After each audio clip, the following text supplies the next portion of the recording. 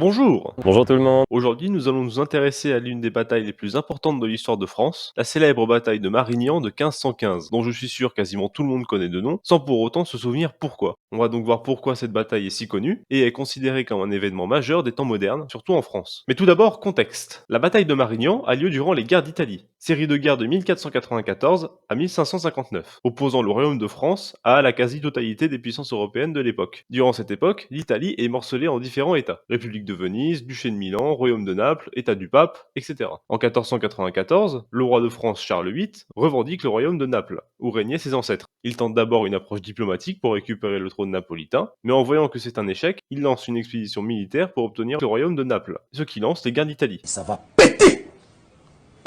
En 1498, à la mort de Charles VIII, son cousin Louis XII monte sur le trône de France. Il continue le conflit des guerres d'Italie avec plus ou moins de succès. Par exemple, en 1499, il conquiert le Milanais, mais finit par le perdre en 1512. De plus, Louis XII est reconnu pour avoir de nombreux soucis de santé, ce qui le handicape beaucoup pour mener à bien son règne. Louis XII décède en 1515, laissant le pouvoir à son gendre, François Ier, qui devient roi de France à 21 ans, comme quoi on n'a pas tous la même vie. Moi, tu me parles pas d'âge. Tu parles peut-être quand je suis pas là, mais quand je suis là, tu me parles jamais d'âge. Il est le mari de la fille de Louis XII, Claude de France, et pour asseoir son pouvoir, il décide de continuer le conflit en Italie, d'autant plus qu'à l'avènement de François Ier, le royaume de France ne possède plus aucun territoire en péninsule italienne. Une victoire serait donc bienvenue pour François Ier, afin d'asseoir une certaine légitimité. François Ier décide donc de se lancer dans une nouvelle expédition militaire pour obtenir le Milanais, que la France avait perdu quelques années plus tôt. Vient donc la bataille de Marignan, au sud de Milan, les 13 et 14 septembre 1515. Bataille décisive dans l'accession de François Ier au duché de Milan, opposant donc le duché de Milan, Maximilien Sforza et François Ier, qui s'est allié à la République de Venise. Durant cette bataille, l'emploi de mercenaires est conséquent, des armées privées se mettant au service du plus offrant. François Ier réunit donc une armée d'environ 35 000 soldats, composée de soldats français, mais aussi de milliers de mercenaires, en plus des troupes alliées vénitiennes, tous accompagnés de canons d'artillerie qui auront une grande importance dans cette bataille. En face, le duc de Milan a employé près de 20 000 mercenaires issus des cantons suisses. Les mercenaires suisses sont considérés pour l'époque comme d'excellents soldats, craints sur tout le continent. Les deux camps belligérants se donnent corps et âme dans la bataille, où les canons français infligent de lourds dégâts aux forces du duc de Milan. Le 13 septembre au soir, les deux armées sont épuisées et profitent de la nuit pour se reposer. Ça va être tout noir. Ta gueule.